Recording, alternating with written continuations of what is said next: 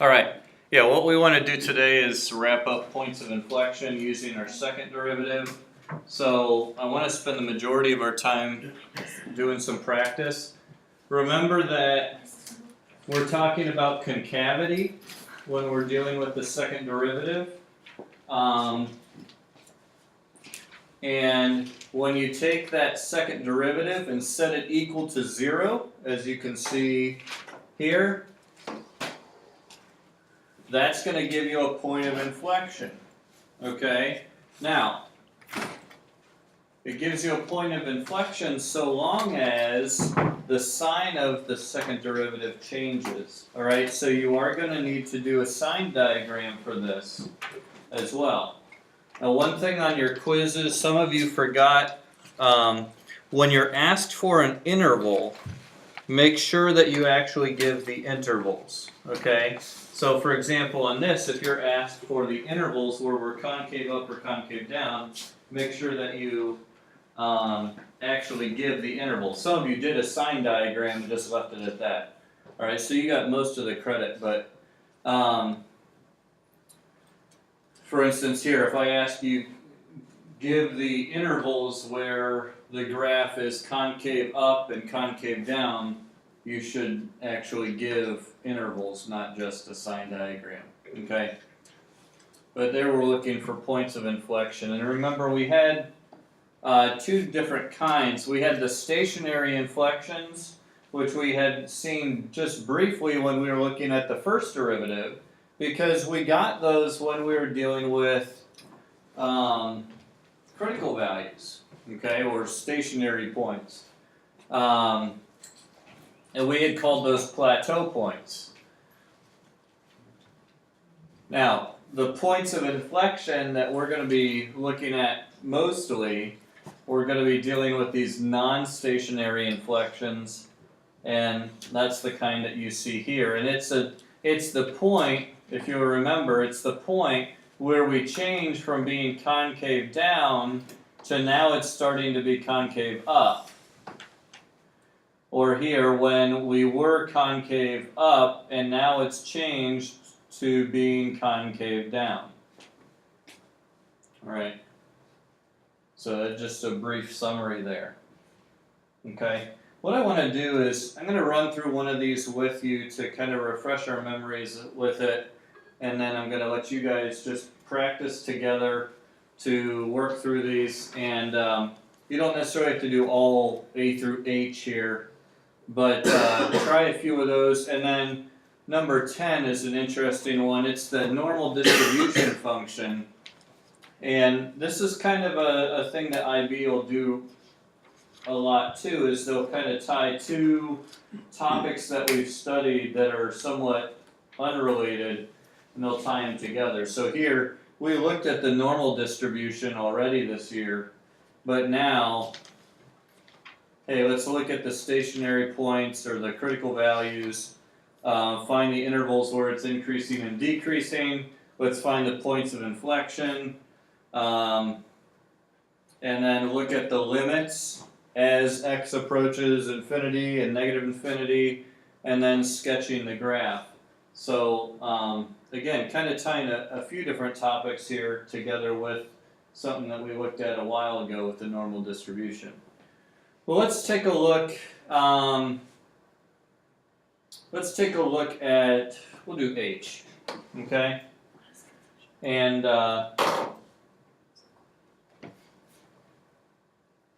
let's see. I think we can do, we'll just do 2 pages here so we can see it all. All right. So our function for H, f of x, is 3 minus 4 over root x. And the first thing that we want to do is find and classify points where f prime equals 0. Then secondly, we're going to find and classify all points of inflection. Then find intervals where the function is increasing or decreasing. Fourthly, find intervals where the function is concave up or concave down. And then fifthly, sketch the function showing the features you found. So we're doing a curve sketch. We're not asked to find the zeros or anything like that. So that's kind of nice, but let's work our way through it. The first two parts are the critical values and points of inflection. So I'm going to just right off the bat here find my first and second derivative, since I'm going to use both of them anyways. The first thing I would do is go ahead and write this as 3 minus 4x to the negative 1/2, because that'll make finding the derivative easier.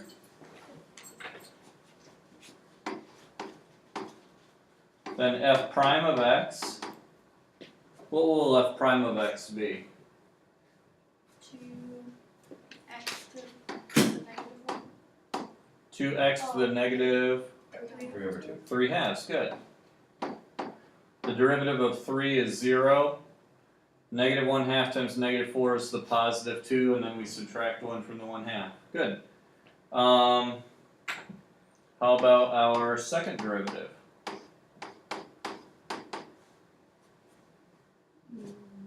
Negative 3x to the negative 5/2. There we go. Okay? Good. So, we've now found the derivative and second derivative. I'm going to kind of do parts 1 and 3 together. Okay? So, for part 1, we want where f prime equals 0. Where is that going to equal 0?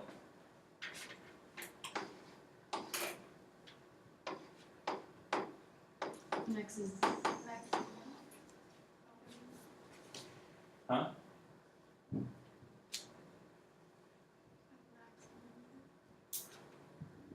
Never? It would be at a max or min point. I'm sorry, I think of what you're saying.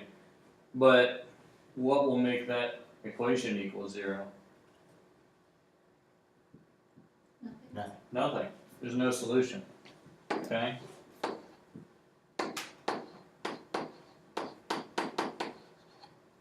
Alright, so basically, what we need to do here is, right, so well, how do we do part 4 then, or part 3 then?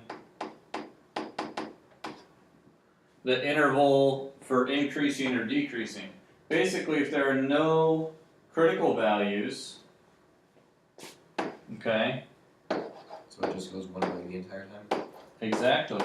It's either going to be universally increasing or universally decreasing. Okay? And if you guys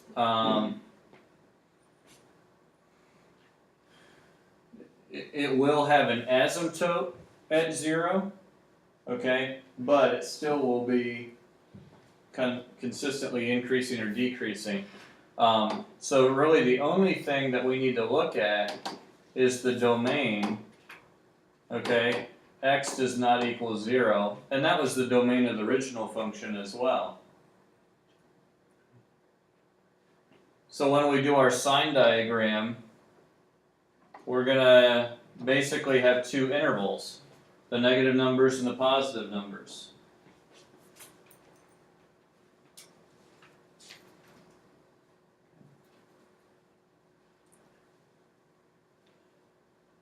So let's think about this. If I plug in a negative number in the denominator, what do I get? I get no solution because, right, 3/2 power, I'm taking the square root of a negative number.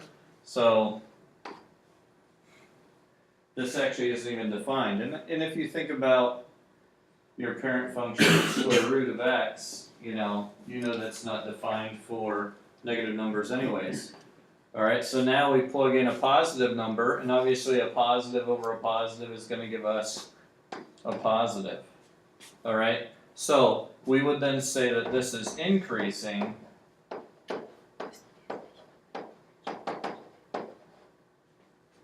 And you could say increasing for the reals, or you could just say negative infinity to positive infinity, since they asked for the interval Wait, why would it be negative infinity? if Oh, you- sorry. So is it like greater than 0? Negative infinity. Yeah, it's a 0. And then from 0 to positive infinity. But wouldn't it not exist from negative infinity to 0?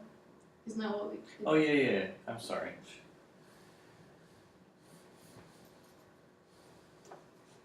Yeah, I'm getting ahead of myself. Yeah, we're just increasing from everything greater than 0. Thank you. Have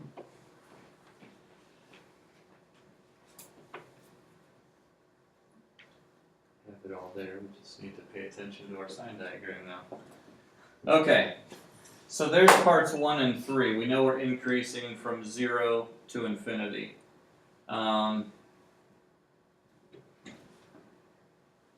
So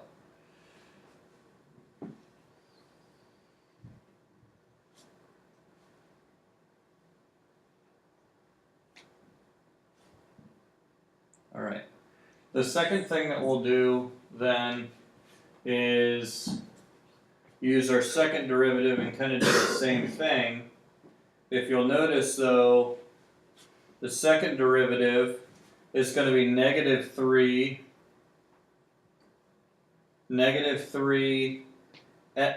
over x to the 5/2 power. Will you go away?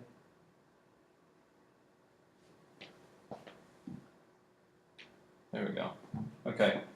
So negative 3 over 5x to the 5/2 power. So where does that equal 0? Never.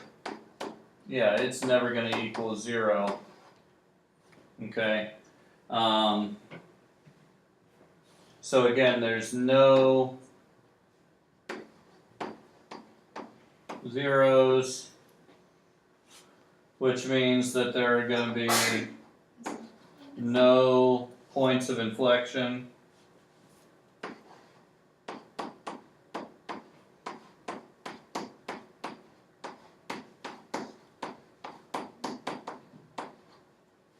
Okay.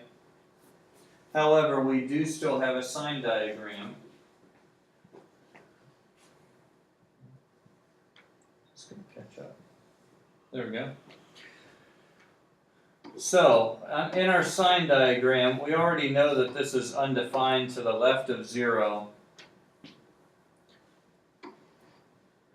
But again, because 0 is our function's undefined at 0, we put that on the sign diagram and we need to check to the right of that. So if we put in a positive number here, what are we going to get? A negative. Negative 3 over some positive number is going to be negative. So this means that what in terms of concavity? Concave down. X is greater than 0. Yeah, good. We're concave down.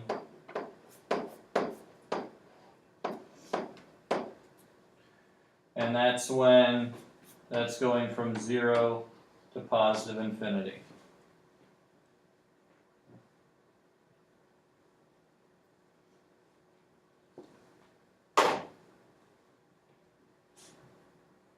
So really the last thing that we have to do then is get a sketch, okay? Now a starting point that would be helpful would be, what is this approaching,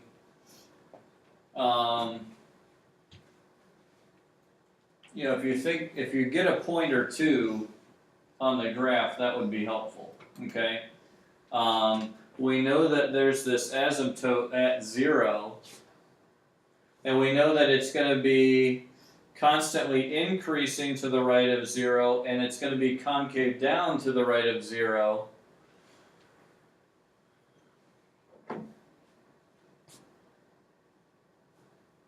One thing that might be helpful would be to find the 0, or just plug in any value, okay? For example, if I plugged in x equals 4,